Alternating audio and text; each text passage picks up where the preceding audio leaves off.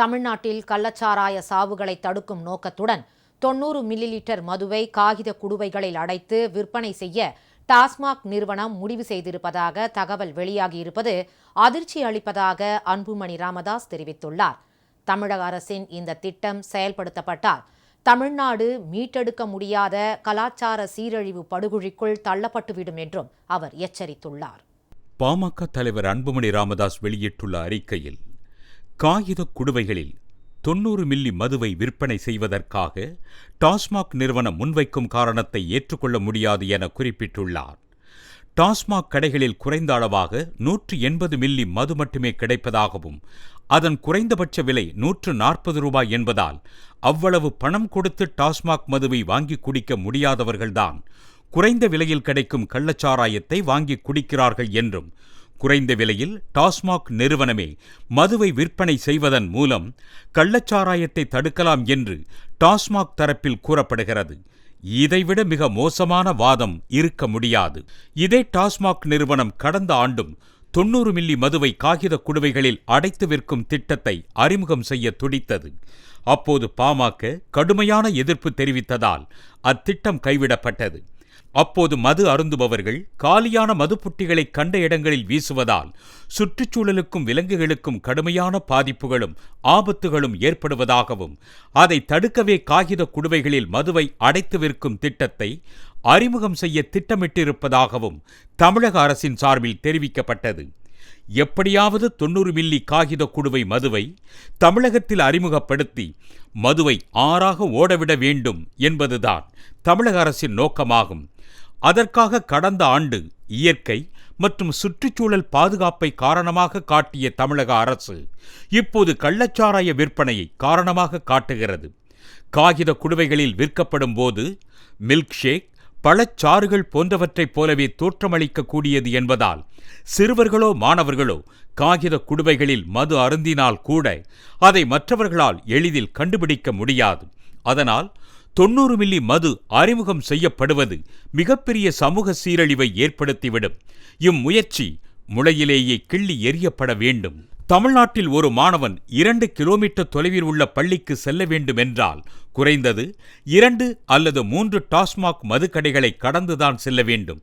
அதனால்தான் மாணவர்கள் மிகவும் எளிதாக மதுவை வாங்கி வகுப்புகளில் வைத்து குடிக்கும் நிலை உருவாகியுள்ளது. இப்போது காகித குடுவைகளில் மது அறிமுகம் செய்யப்பட்டு குறைந்த விலையில் விற்பனை செய்யப்பட்டால் அதை மாணவர்களும் சிறுவர்களும் மிகவும் எளிதாக வாங்கி வீட்டிலிருந்து எடுத்துச் செல்லும் நொறுக்கு தீனிகளைப் போல புத்தக பைகளில் வைத்து எடுத்துச் செல்லும் நிலை உருவாகிவிடும். மது தீண்டத்தகாத பொருள் என்ற தயக்கம் உடைக்கப்பட்டு அதுவும் ஒரு குளிர்பானம் என்ற எண்ணம் உருவாகிவிடும். இது அடுத்த தலைமுறைக்கு அரசு செய்யும் பெருந்துரோகமாகும். இனிவரும் தலைமுறைகள் சீரழிவதற்கு இதுவே காரணமாகிவிடும். உடலுக்கு கேடு விளைவிக்கும் எந்த பொருளையும் எளிதாக வாங்கும் வகையில் குறைந்த விலையிலோ குறைந்த அளவிலோ விற்கக்கூடாது என்பதுதான் உலக சுகாதார நிறுவனத்தின் பரிந்துரையாகும். 90 மில்லி காகித குடுவை மது 70 ரூபாய் என்ற அளவில் விற்கப்படவிருப்பதாக கூறப்படுகிறது. 70 ரூபாய் என்பது மிகவும் எளிதாக திரட்டப்படக்கூடியது.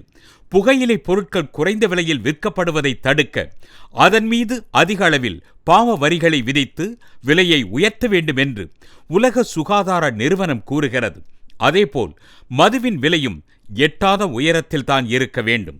தமிழ்நாட்டில் 1948 முதல் 1972 வரை கால் நூற்றாண்டாக மதுவின் வாடையை அறியாமல் ஒரு தலைமுறை வளர்ந்த நிலையில் 1972 ஆண்டில் மதுவிலக்கை ரத்து செய்து இளம் தலைமுறைகளை கெடுத்தவர் என்ற பழி கலைஞர் மீது விழுந்திருக்கிறது.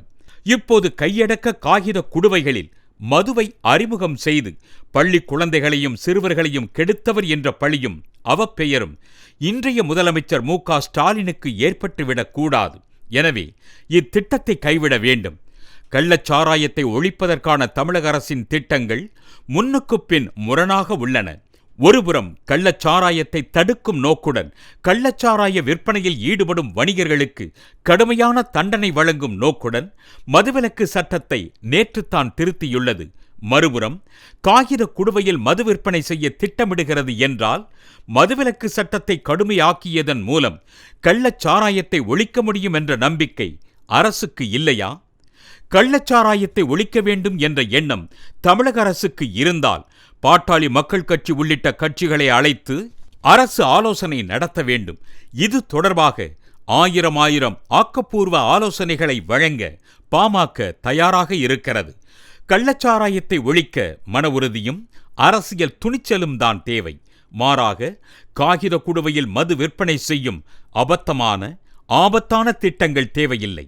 எனவே இத்திட்டத்தை தமிழக அரசு கைவிட வேண்டும். அத்துடன் தமிழ்நாட்டில் முழுமையான மதுவிலக்கை நடைமுறைப்படுத்தவும் நடவடிக்கை எடுக்க வேண்டும் என அன்புமணி வலியுறுத்தியுள்ளார்.